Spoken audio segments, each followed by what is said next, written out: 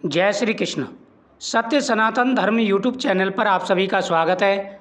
भगवान कृष्ण के जन्म की कथा, कृष्ण जन्माष्टमी की कथा। इस कथा के श्रवण करने से भगवान का आशीर्वाद प्राप्त होता है और मनोकामना पूरी होती है। भादो मास के कृष्ण पक्ष की अष्टमी तिथि को कृष्ण जन्माष्टमी का पर्व मनाया जाता है। भाद्रपद कृष्ण अष्टमी को कृष्ण जन्माष्टमी कहते हैं क्योंकि यह दिन भगवान श्री कृष्ण का जन्म दिवस मनाया जाता है।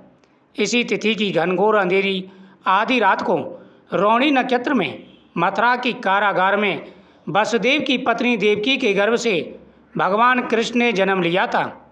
यह तिथि उसी शुभ घड़ी की याद दिलाती है और सारे देश में बड़े धूमधाम से कृष्ण जन्माष्टमी मनाई जाती है। जन्माष्टमी के दिन भगवान श्री कृष्ण की इस कथा का श्रवण जरूर करें।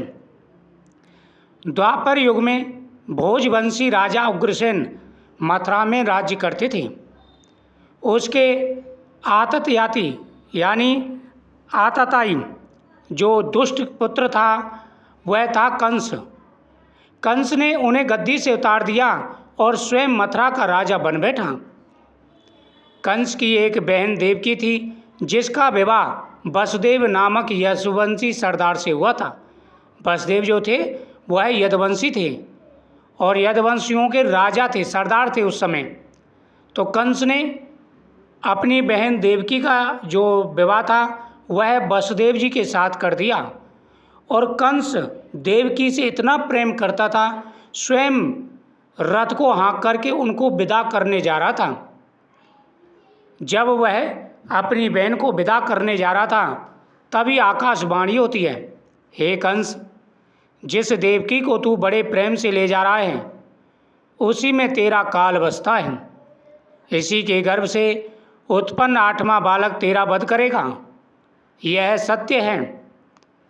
यह सुनकर के कंस वसुदेव जी को मारने के लिए तैयार हो गया।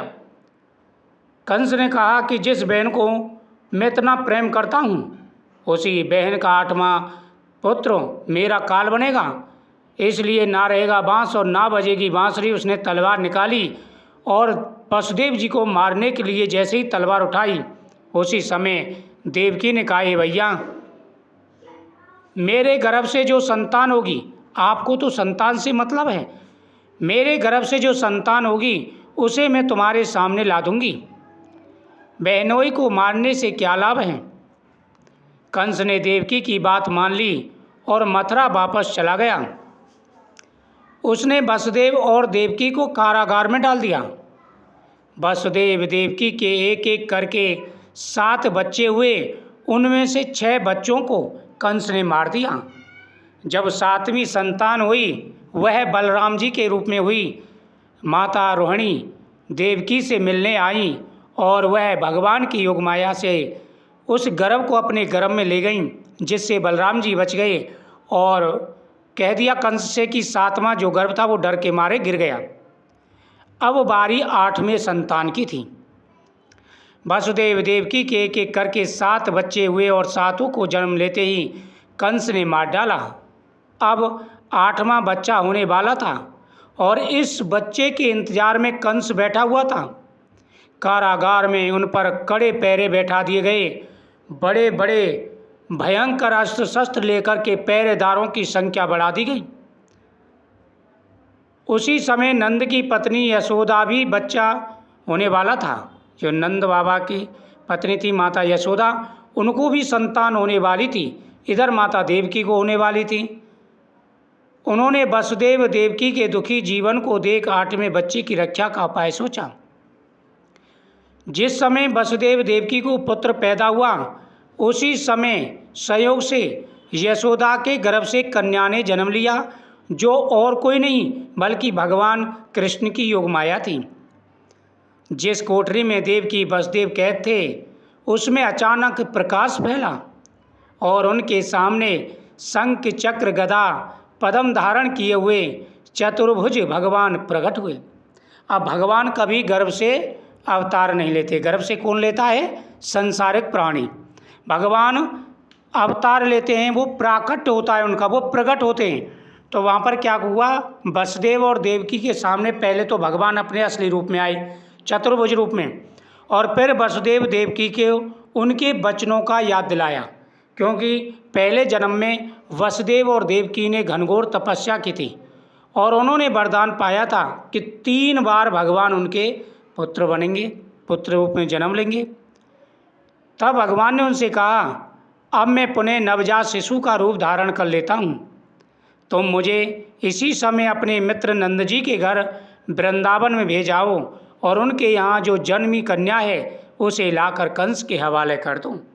भगवान ने कहा कि अब मैं बालक स्वरूप धारण कर रहा हूँ, तुम मुझे ले जा कर के नंद जी के यहाँ छोड़ देना और वहाँ पर जो कन्या जन्मी है उसे ला कर के कंस को दे देना। तुम किसी भी प्रकार की चिंता मत करो, ना पहरेदारों की चिंता करो, ना ही ये जेल के जो दरवाजे हैं वह तुम्हें रोक पाएंगे, ये अपने आप खुल जाएंगे, पहरेदार सो जाएंगे, तुम्हारे लिए रास्ता बिल्कुल साफ रहेगा।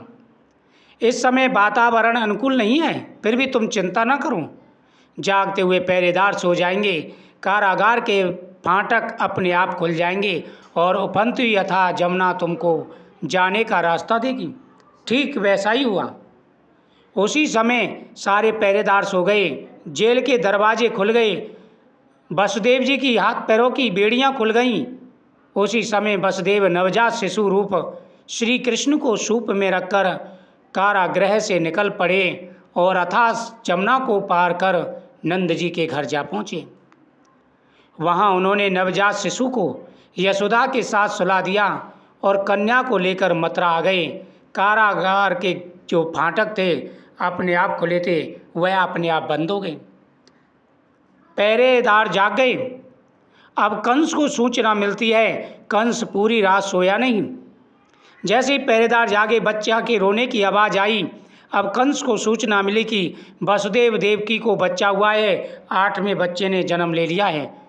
उसने बंदी गृह में जाकर देवकी के हाथ से नवजात कन्या को छीनकर पृथ्वी पर पटक देना चाहा, परंतु वह कन्या आकाश में उड़ गई और कहने लगी, अरे मूर्ख, मुझे तू नहीं मार सकता, मुझे मारने से क्या होगा, तुझे मारने वाला तो वृंदावन में पैदा हो चुका है, वह जल्दी तुझे और तेरे पापों का दंड देगा और तेरे सारे राक्षसों का अंत करेगा।